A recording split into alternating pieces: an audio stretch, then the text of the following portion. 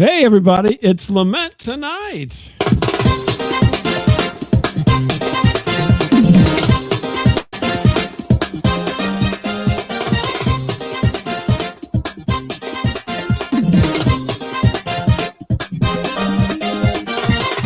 And my guest tonight is Jeff Ponder. Jeff, how you doing? I always want to say pounder. It's ponder, right? Back in my day, somebody used to call me quarter pounder. And I always would have thought of that. Well, and it's funny because, they were like, oh, we're being funny because you're a fat little kid, and it's like, yeah, but you're saying I'm a quarter of a pound. So really, it's not an insult. Well, and he was one of those people that whenever they made the third pounder, he's like, I'm not buying that. That's less of a value than the quarter pounder. That's right. Yeah, one of those people. Not doing that. So it's always been, I'm going to read your intro here, Jeff. It's always been Jeff's dream to join the mainstream media in some way in his journey to reach the pinnacle. He discovered podcasting in 2011, starting in St. Louis Blues hockey podcast that's still going today. Let's Go Blues Radio has become a staple in secondary media coverage in the St. Louis hockey community.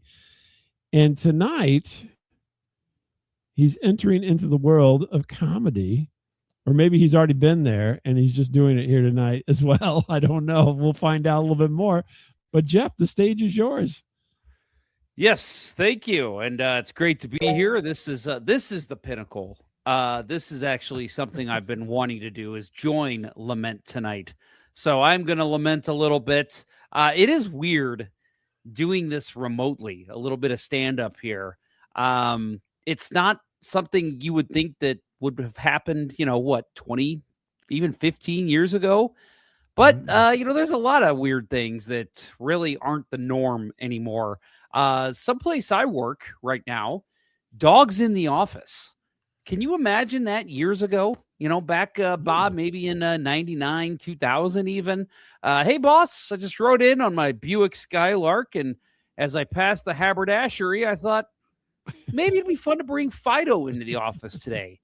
What is that boss going to say? What? You get your ass to your typewriter and you give me a good 15 hours without breaks, I'll consider letting you leave in time for the Brooklyn Dodgers game. Maybe that was all a little bit too much, but you know what I mean. Is it weird, though, that I would rather be in an office of dogs than an office of people? It's weird because the dogs, they're very loud. They can be jumpy. Coworkers, they may not pee on the floor. Hopefully they're not. But they sure find other ways to annoy me. Like, hey, Jeff, you see that episode of This Is Us last night? No, I don't watch This Is Us. Do I look like a This Is Us guy? No. No, I didn't watch the curling match from 3 years ago that was on ESPN Classic last night. No, dogs aren't going to ask me that. They're lovable. They just want to jump on me and have some fun. I do get distracted very easily, though, with these dogs. It takes me about 45 minutes to get to my desk every morning. So I'll get there about, 8 o'clock. I don't get to my desk till almost 9 o'clock. And it's a little crazy because it's like, Jeff, get to work. But I just want to pet all the dogs. But I will say I make up for it when there's kids in the office. Then it's a race to my desk. Then it's, I don't want to be bothered by all these weird questions about, hey, you want to see my coloring book? No, kid, I don't. I want to pet the dog and get to my desk. But what does it say about me that I prefer dogs over kids in the office, though?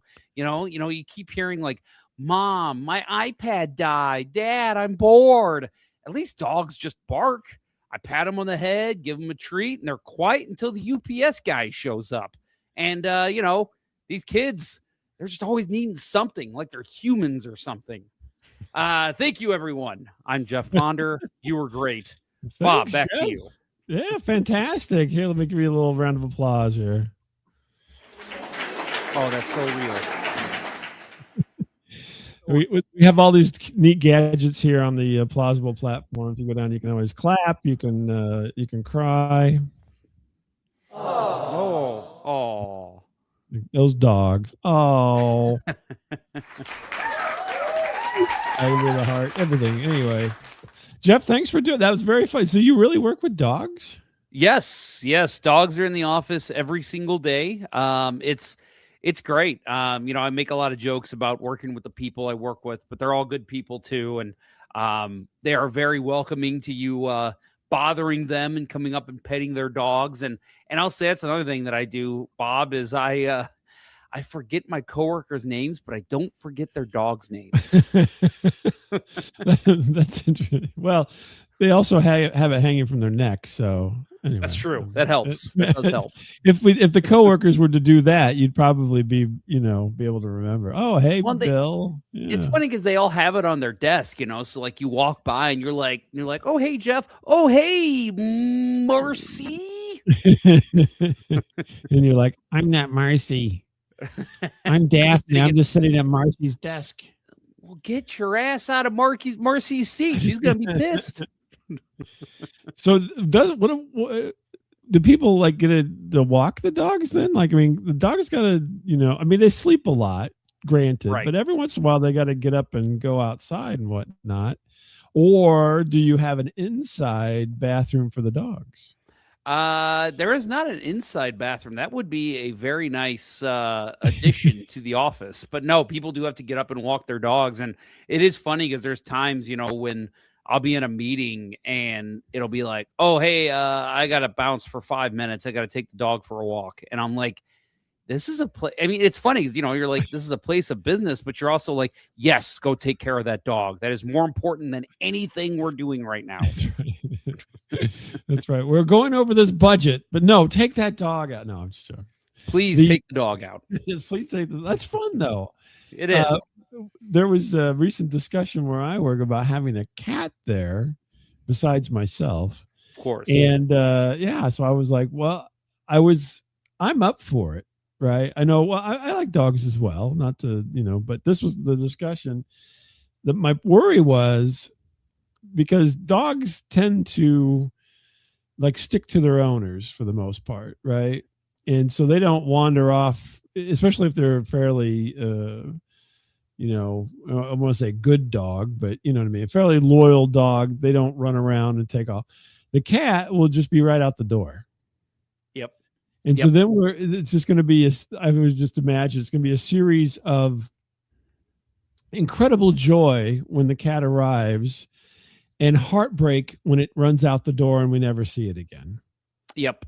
And I'll say that is, there was one person who was bringing a cat into the office and it was a little bit of cause like she would get there before all the dogs. She'd get there as early as she could.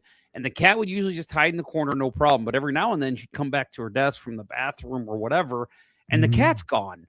And so you're like, okay, either this cat is going to get eaten by a dog or it ran out the front door or it's hiding somewhere under a desk. And like half the day you're thinking, oh my gosh, I may never see my cat again. But she always found a way to get the cat back at the end of the day and she'd go home with the cat. Well, that's good. Yeah, I would worry about it. We've had cats and dogs here, and I only worry about the cats until when they're kittens. Once they grow, develop into like a regular old cat, then they take care of the dogs. Mm-hmm. Even though they're so much smaller, typically, there's never been an issue with the cat. Dog getting too rough with the cat. Always the cat gets too rough with the dog. Well, the cat is so quick to just swat, Yeah, and dogs, it totally throws dogs off because it takes them a minute. They sit back, they growl, they put their hind legs up, and they're like, I'm going to attack in the next 4 minutes, and the cat's just like, come here. And then just slash their face open. Yep. Oh, my face. Wait, it's only been 3.5. Not ready to fight yet. I'm not ready to fight. Yeah. So here, let's pause for just a second. If I can get this done the way that I want to, which may or may not happen. Let's see. Oh, it may not happen. Uh-oh. Uh-oh. Uh-oh. I have something that I thought I had open here, and apparently I don't. But we can go ahead and listen to this song real quick, and then we'll be right back. Sounds good.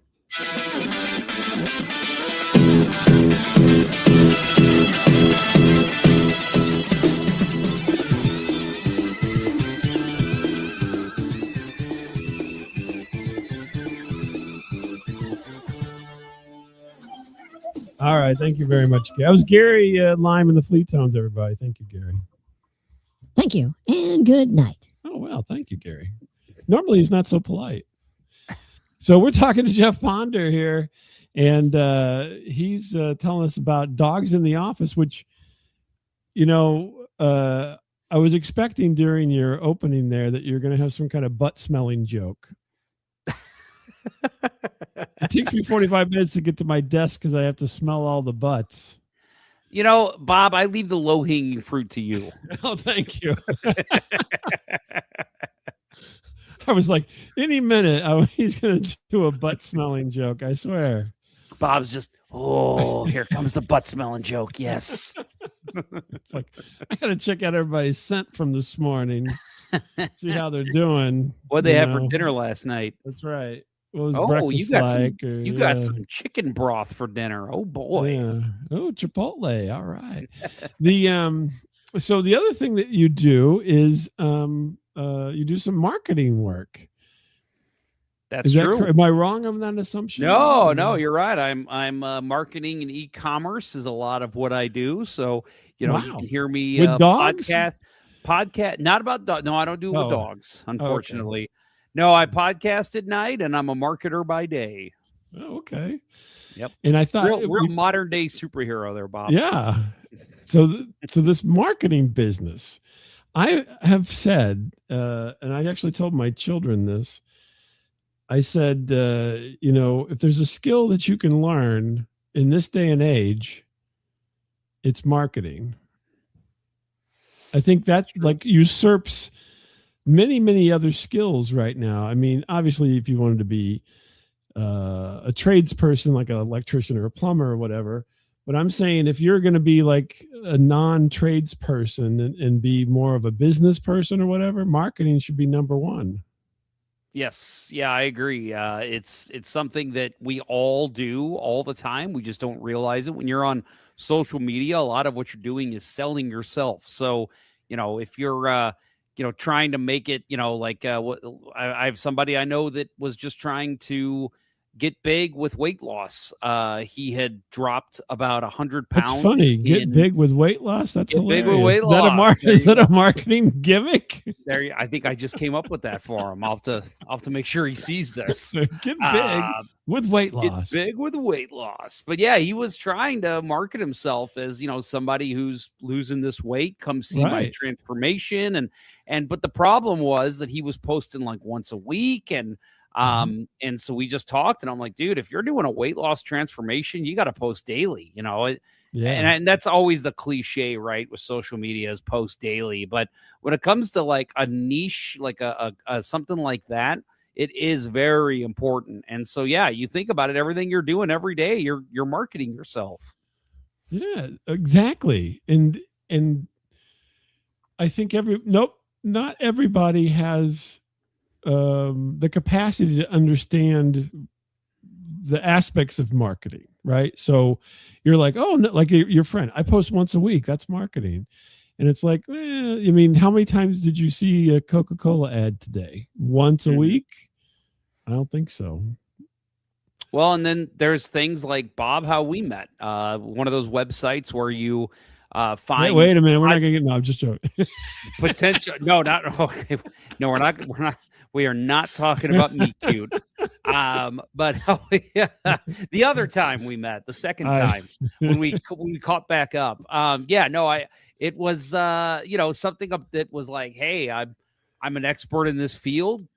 Have me on your podcast, have me on your blog, and joining stuff like that. So again, for to use that same example, a guy who's trying to lose weight, don't just post every day. Don't just post images on social media. Don't just post videos. Go on other podcasts, meet other people that are maybe doing the same thing as you, collaborate. That's a big part of it too. Yeah. That was a song, right? Well, who did that? Bobby Brown. Stop, collaborate, and listen. And wasn't listen. Yep. it? That was That's Vanilla a Ice. podcast. Sir. Oh, it was a villain. Well, Bobby Brown, Vanilla Ice. They're both somewhat similar, maybe. They're both from or the maybe not. 80s and 90s. That's really all you got. That's right. It all mixes together. Right. I think they both did drugs. Let's just put They it both that probably way. did cocaine at some time in their life. At some Allegedly. point. Exactly. I'm glad I stumbled into that one. Thank you, Jeff. There you go. Appreciate Yeah, of that. course. Here to help you. So the comedy thing, right? So we're on Plausible. Plausible's a comedy platform. A lot of people doing comedy, and you're kind of the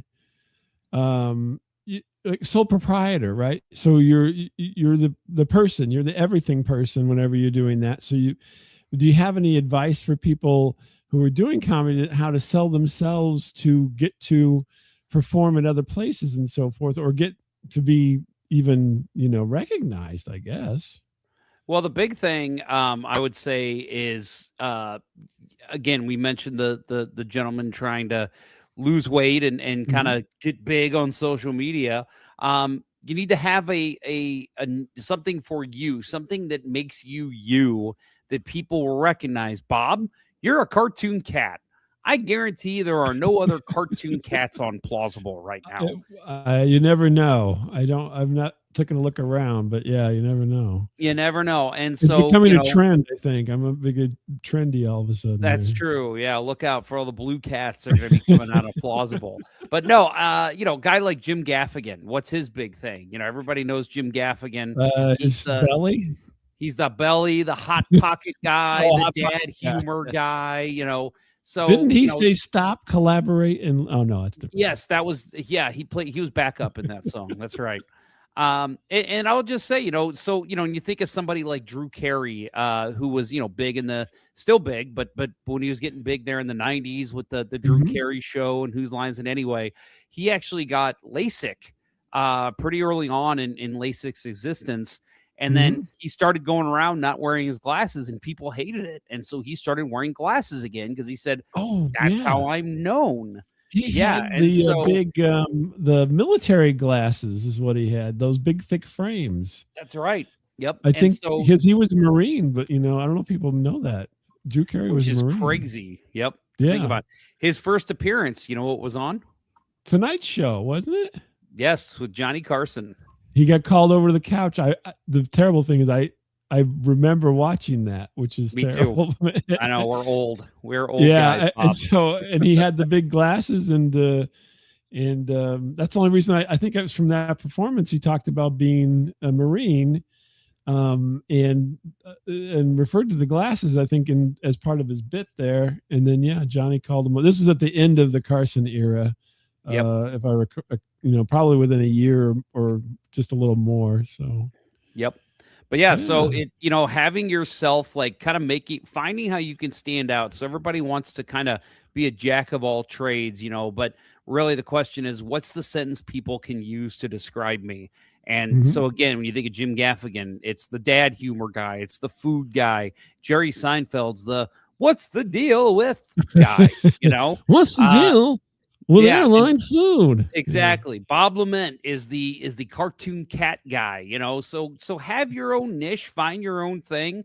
That's, to me, what's going to make you stand out from other comics. And again, collaborate with other comics. So like Bob and I are doing right now, converse with others, get to know other comics in the field. You never know. One of these days, one of those guys might land himself a pilot, and guess what? They have a spot for you on that pilot. There you go. There's nothing better than the buddy system. That's right. That's right. The only thing better than the buddy is nepotism. If you're related, that's even better. That is the best piece of advice. If you can be related to a famous person, that's how you do it. That's right. Yeah. I'm related to Morris, but he's nobody knows who Morris the cat is anymore. So he was the spokesman for 9 Lives cat food for many, many years. But he's out of the business now. So. You're really playing up those timely references there, Bob. No, that's good. That's a good advice though, because you're right. It seems like people, just like in real life, they latch on to something typically visual first, or something like this is an older. All my references are going to be older because I'm older, but Bobcat Goldthwait, he had the voice, right? Right, and so that was his thing, right? He looked crazy, and he had this crazy voice, and he would say crazy things, and whenever he stopped doing that, where's Bobcat, right? Yep. And so that was his hook, and I mean that was the deal. That's what got him recognized. And so you're right. It's interesting how you have to pick some kind of visual, auditory, or a combination of the two in order to kind of get people to stick, right? You stick with people, then you become sticky, as they say in the biz, right? Is sticky a word still? Well, you could be sticky in other ways, another form of entertainment, but we won't go into that.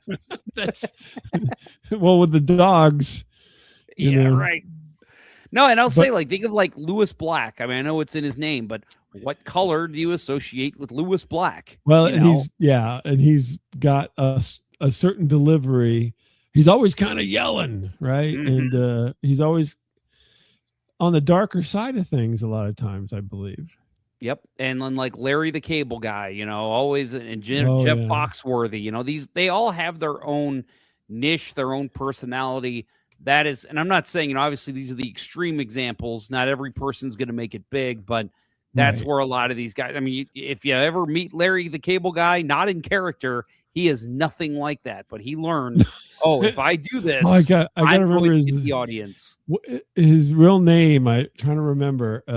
His real name's not Larry even. Is it Dana? Daniel, I believe. Is it Daniel? Okay. I can't remember, something like that. But anyway, you're gonna look it up for me?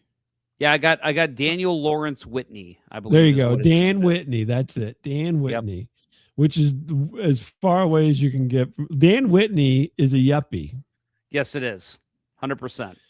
And I think he even is very, looks like he wears a sweater over his shoulders and come on, Muffy, let's go play tennis. Yes.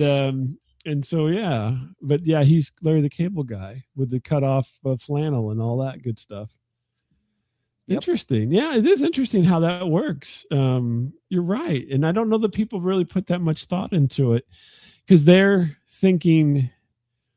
not thinking in those terms, right? They're thinking, I'm just doing my thing. Right. And people say I'm funny. And you could be the funniest person ever, but without a little bit of a hook, you're not going to, grab people's eyeballs. That's right. Or ear balls or whatever. Ear balls. Any kind of ball that's hanging off of them.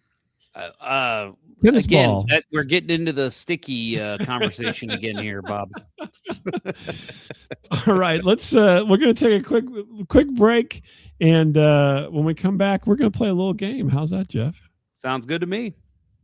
And Gary's going to play us another song here. Gary, you want to take it away?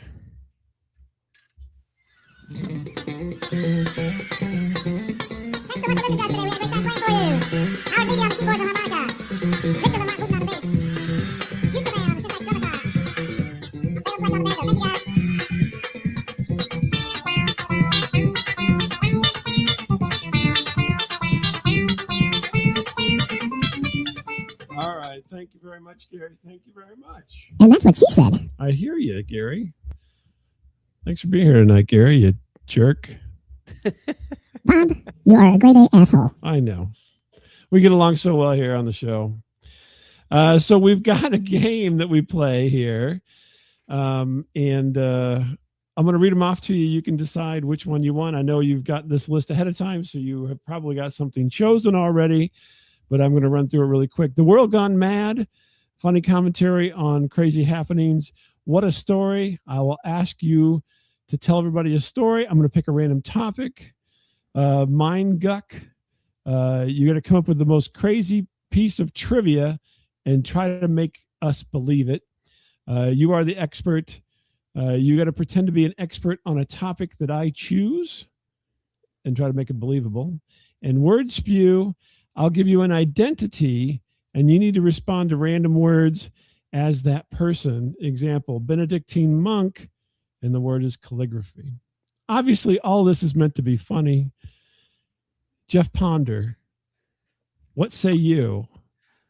Well, Bob, shameless plug, since I do the Pondcast, which is conversations that go nowhere, I am all for What a Story. What a story. Fantastic. All right. So I'm going to pick a random topic. I'm going to put you on the spot. And of course, a critique along the way is the other. I didn't say that on the original one, so you may want to change your mind now. So, all right, I'm going to go to the Googs, and I'm going to get a random topic. Oh boy, I don't even know what it's going to be. That sounds like my show, which, by the way, Bob was on. For those of you who are interested. Oh, that's true. That's right. Mm-hmm. Did you already forget? Okay. That cat memory is not very good. Well, that's true. Well, I slept a lot. So, sometimes these cat naps, they're like, woof. Oh, yeah. Cat naps can last hours. All right. So I want you to tell me a story about a time that your car failed you. Wow. Okay. A time that you want to be more specific, or is that good enough? I mean, that's pretty good. If you want to get more specific, you can. No, that's all right. I'd rather be more vague because then it gives you more room to move. Okay. Yeah. Man, a time. Okay. Well, the first accident that I was ever in as a 17-year-old. I was going to say, when you were born? No. That was my mom's. That was my mom's last accident. I'm sorry. Go ahead. You were 17. I was 17. What a very good year. That's a Sinatra song, I believe. Okay. Either way, I was thinking again, he was timely references here on LeMent Tonight. Good Lord. Yeah, I was driving some friends home from school, so I had 4 people in the car with me. We had it was a Buick 94 Buick Century, and it was a boat of a car for sure. Yeah. And so I was driving some friends home. There was apparently some bad accidents. For those of you who might be local, Highway 94 in St. Charles was a cesspool of accidents back in the early 2000s when I was in high school. And so there was a rash of bad accidents. And so we were coming up on this.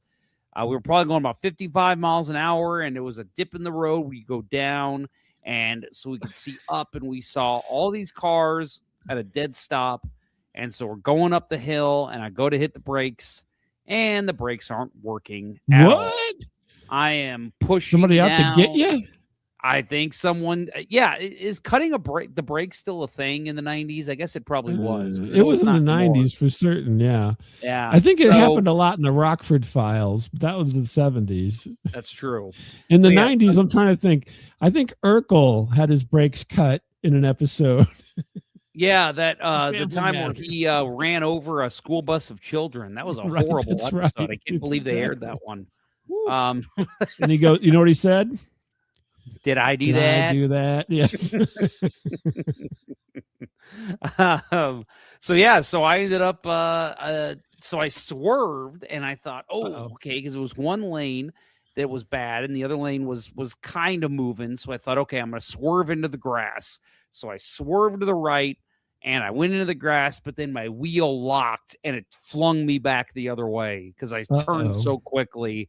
And so, it came back. I actually went around the car that was in front of me, but then I nailed the car in front of him. And that guy was happy. He's like, thank God he hit the other car. Yeah, the other guy was like, oh, wow. Like, I'm going to go play the lottery. Yeah. So this guy, it was funny, too, because the guy was driving like a little F-150. And so he hit his head on the back window, broke the window. He had blood coming down the back of his head, And so we're all okay. We're still in the car. We're in the median. And this guy comes running out. He's a big guy, probably 6'2", 300, like big guy. And so he starts running out towards me. And I thought, oh my God, this guy's going to come over and just beat me senseless for running into his car. And so I'm like trying to get out of the car. Like, I need to get out of this car so I can run. But then he's like, are you okay? Are you okay? And he literally pulls me out of the car and gives me a big hug and was just like, he's like, it's okay. It's okay. Everyone's okay. We're okay. And I just thought, what is happening right now? It's so but he's still bleeding? Yeah, he was bleeding all over the place. Bled all over my arms and everything. And he was refusing hospital care because he was like, I don't want to have to charge this 17-year-old boy with this. And I'm even standing there going, dude, go to the hospital. What are you doing? Noggin. Yeah. So yeah, it was a crazy time. But yes, that was definitely after, what was it? 2 months of having a license. Oh my gosh. Car failed the worst, right? Well, because at the time you're thinking, I never want to drive again. Yeah. I'm never doing this again. Never happened again. Never had my brakes fail on me like that ever again. Like driver's ed never taught us how to do this. There's no driving off the road. Yep. Yeah, that was driving off the road practice. That was a crazy one. So yeah, that was there's another time I swerved into a deer, hit him right in the butt, and he just kept running. And I thought, all right, well, he's fine. He might have gone off and died somewhere, but he was fine in the moment. The funny thing was, he's like, I don't want any hospital. I don't want to go to the hospital.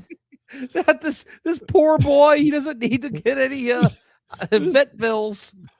Pond guy, whatever his name is. Yes. You know how much it costs. I don't even have the deductible alone will ruin him. That's right. Yep. Can't do that. I mean, those vet what deer deductible is? And he's like, I don't even have insurance. I got a $10,000 deductible. Luckily, he had a policy out on his ass. So was it some kind of J-Lo deer or something that you smacked? Or what? Yes, it was quite the nice ass. Best ass I've ever seen on a deer. Oh my goodness. How about you, Bob? You got a crazy action going on there. You ever had a crazy story where a car failed you? Oh, sure. Lots of times, unfortunately. That's not good. Yeah. I have you a were lot never of driving an F-150 and 300 pounds. Yeah, well, I was going to say you're almost describing me there, coming out of the F-150. No, I'm trying to think several times. So here's probably the weirdest car story where my car actually, it's almost the opposite. It failed me, but then it didn't fail me. It was the interesting thing. So about the time, so I would say I was probably 18-ish. And I went to a trip down to Southern Illinois University at Carbondale to visit a friend of mine who was going to college down there. And I spent the weekend with him having a good time. Infer what you will. And so on the way back, I was driving, I had a 1976, and this is not a new car at this time. This is a very, very old car. Toyota Corona, which no one even knows that they even made that. You probably could ask 100 people and they go, you ever heard of a Toyota Corona? You go, you're mixing up a beer and a car. I believe that's where the coronavirus actually started, was the Corona vehicles. Right. Well, it was a very small car. Yeah. It could be a virus. So I had this Toyota Corona, which I had gotten from a friend of mine for less than $500 because I needed a car and I didn't have. I got rid of a car or something. I wanted a car that was just a junky car to drive around in, and this one fit the bill perfectly. So I drove, and at the time, let's see, I'm trying to think. Carbondale, from where I lived at the time, was probably about 2.5 hours. I drove in a really bad car for 2.5. Go have fun. I'm on my way back. I stop, I think it was in Salem, Illinois, which is right off of Highway 51, to get McDonald's in the drive-thru. So I order my Did you drive-thru. get a triple quarter pounder? Yeah, I try. I got triple quarter. I think I got a shake.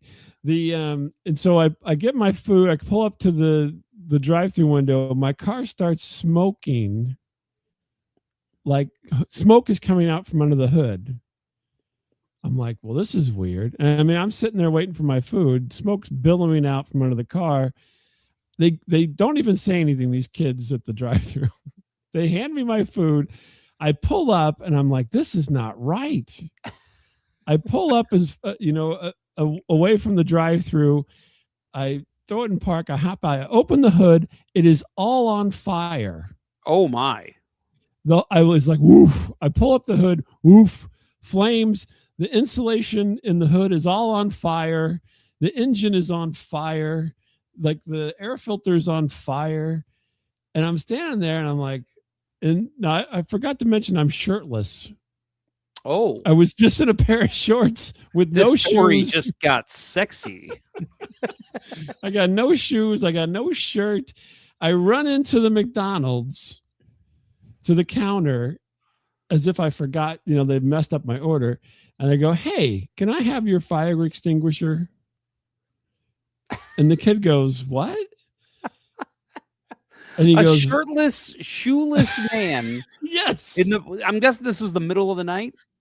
No, it was the afternoon. It was a Sunday afternoon. Still, it's like there was something wrong with this guy. He's literally asking for our fire extinguisher. He hands me the fire extinguisher. I run outside, blast the car engine. Everything's white. Hood's all stuff's burnt. The insulation's burnt off. I blast that. I blast the car. There's like hoses are melting. I blasted. Everything turns white. Car's still running. Wow. Wait, you didn't turn the car off? No. I had to act. I left the car running. I put it in park. I went to go look and see what was going on, and all this happened. I take the extinguisher back in. The guy's like looking at me like dazed. I turn around. I get in the car. I leave and eat my McDonald's and drive the rest of the way home. You drove home? Yes. I was still over an hour and a half away.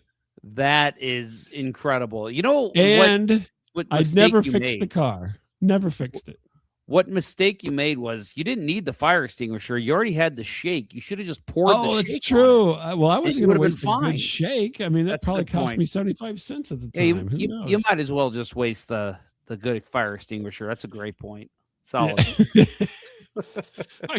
But I couldn't believe this whole chain of events. And this is a true story. I know that it sounds wild and crazy and everything. Totally a true story. I was very well hungover as well. And so I was young, like you were at the time when your accident. I was a young guy, living my life and but I did that and I drove home and I think I replaced the air filter, but I never fixed anything in the car. Crazy thing, I sold it back to my friend for the exact same amount that I paid for it. Did he know about the car fire? Yeah. What? Was your friend high? No, because this is well after the car fire. I probably kept that car for, I don't know. I had it for a good 6 to 9 months. And the car fire didn't happen until somewhere past 6 months. And so maybe 3 months went by. I sold it back to him. He's like, this is the best damn car. It can catch on fire, still runs. I feel like and then I think he sold it and made money. I think he sold it again and made money. Wow. Everyone's had that car in their life that it was like indestructible. Because I definitely had a car that went through a lot of crap and it just kept going. It was the little engine that could. Exactly. That was it was the cheapest car I've ever purchased. And I really wish I wouldn't have sold it back to him at this point. The trunk was rusted out. You could look into the wheel well. It was just a beater of a car, but man, did it drive. You couldn't go super fast, but it was also a 5-speed, so it was always fun. You went through trauma together. You should have kept that around, baby. Oh, I know. Well, I was young and stupid. You know how it is. You know how it goes, Jeff. You're young. Oh yeah, I get it. I did a lot of dumb there's things. there's always a better something else out there, you know, at Mhm. the time. Had I really thought about it, I would have, you know. A prettier Buick Century was out there waiting for you. Right. I would have took care of that car and fixed it up, and I'd probably be the only person alive today who still owns a Corona. You think that car's still chugging along out there somewhere? Could be. Catching on fire. I would not be. So the crazier part is he sold it back to the guy he bought it from for more money, because this guy was kind of a Toyota. You know, he was like that was what he liked. He liked Toyotas, and he bought it back. And I think he worked on it, and he probably fixed all the things I broke. And who knows? Maybe he sold it again. I don't know. I don't know. The story stops there because I didn't know the other guys too well. So, well, but yeah, I like to think it's still out there driving around. I'm sure it is. I'm sure it is driving. I'm sure it's driving real good. It's but yeah, it's just one of those weird things. But you know, I'm thankful that, you know, you had other people get hurt in your story, and I would be, you know, nobody got hurt other than maybe the eyes of the McDonald's employee as I ran in to get this fire extinguisher. Yeah. Although at that time I wasn't so bad looking, you know. I'm sure well, you hadn't transformed into a cat yet. A shirtless cat running in asking for a fire extinguisher isn't that crazy. That's right. Not crazy at all. So Jeff, tell people where they can find you at. Yeah, you can find me on social media. I'm jponder94 everywhere that you can look for me on social media. I don't do TikTok. I probably should. Everyone tells me I should. I know people older than me on TikTok. Bob, I know you're doing all those crazy dance crazes on TikTok. I know. I can't help myself. Yeah, it's nuts, man. You really need to not be all over, and definitely not doing it shirtless all the time. It's crazy. Holding a fire extinguisher. That's right. But yeah, and then again, the show that I run is we're gonna be having a new hockey show come out this year for any hockey fans out there, called Hockey Night in St. Louis. And the big show, though, that Bob has been on, and I'm hoping you'll be on again, is called the Pondcast, Conversations That Go Nowhere. And what it is we literally pick a random topic and we talk about it for 30 to 45 minutes. It's been a lot of fun. We've had some really crazy and kooky guests, and we've had some topics come up that we're like, what are we going to do with this? And we just find a way to truck through. We're like, well, we'll invite him to the dog place of business. That's what we'll do. Come there on you over. Go. Sounds fun. Well, Jeff, thank you very much, everybody. Check out the Pondcast. Check out what's the Blues one again? Hockey Tonight? St. Louis Hockey Night in St. Louis. We will be starting that. I believe our first date will be September 27th. Coming right up. That's right. Hockey it's Night, right around St. the corner. Louis. Yep. Well, you know, St. Louis, they say it's a baseball town. It's not. But I think town. we're a cartoon cat town. That's what I think. Well, thanks again, Jeff. And Gary, why don't you take us away? 1, 2, 3, 4.